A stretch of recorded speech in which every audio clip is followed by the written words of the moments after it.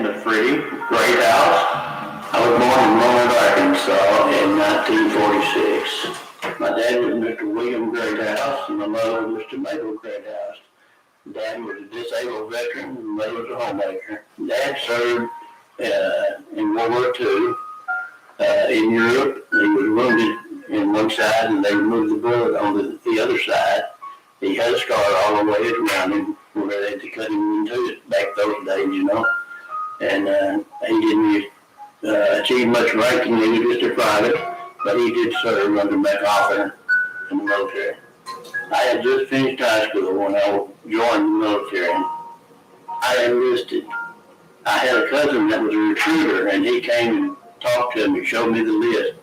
My name was on the list to be drafted, so I decided to go ahead and enlist. Well, it was very unsettling because I was still young and hadn't been out of Monet very much, with my young wife. All the guys that I was with, were about the same shape as I was in. They didn't know what was going to take place. And I went to a signal school, training school in Fort Gordon, Georgia. I believe it was about 3 months long, and they taught me to encrypt messages, and send and receive messages on teletype at the time. And that's what I worked there when I was in Vietnam. We had several hundreds of those, and they had ticker tapes, and they wound up on a reel, and we had to log in every message that we received that came into those. There were thousands and thousands of them a day. And we had to take those messages and store them on a communication machine and keep them in safe security, so we don't get a hold of them, because without your communications, the war can't run. We were the largest communications center in the world, in Vietnam at that time. And the Viet Cong, they didn't like us very much because we weren't communicating, Without communications, you can't do very much, because no one knew where to go or what to do or who was coming to injure you or whatever at that time, I wasn't in battle zone exactly, I was in the communication center during my job, but there were times when we were ordered to try to knock us communication center out, and we were attacked with fire, small arms fire also, and we had to man the bunkers and the sandbags. I remember one incident when I was in the shower. The sergeant came through and said, "Grab your weapons and get the sandbags," So I grabbed a towel and wrapped it around me, and that's the only thing I had on out there. Fired my weapon, And there was 2 or 3 of us like that.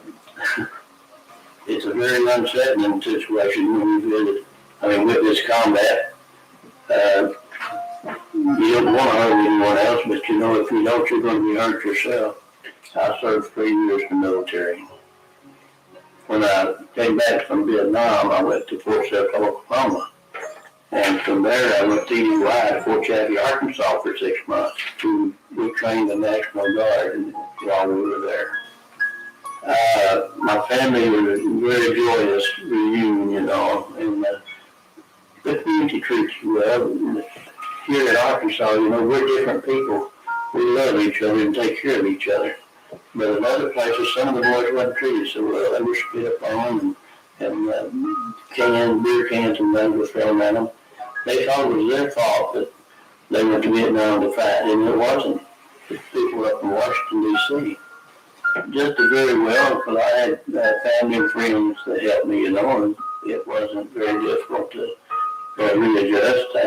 I skipped around from job to job for a long time, and finally I went to work for a potato chip company and worked for them for 25 years. I did receive Agent Orange while I was in Vietnam, and I'm still suffering from that.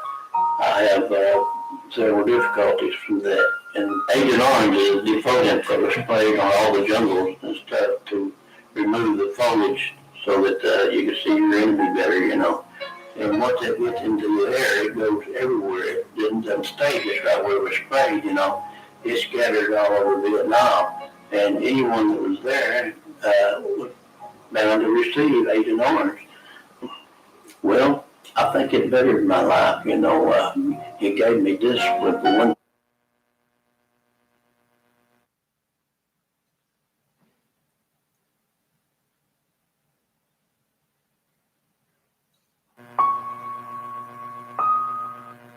I think it bettered my life, it gave me discipline for one thing, that I didn't have before. I was just a young man and I was kind of wild, and doing things I shouldn't be doing.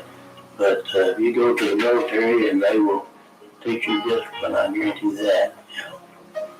I learned I should always be honest to one thing and treat others with respect and say yes sir and no sir. That the military will teach you that very quick. Always be the person you need to be. Always strive to make mankind better.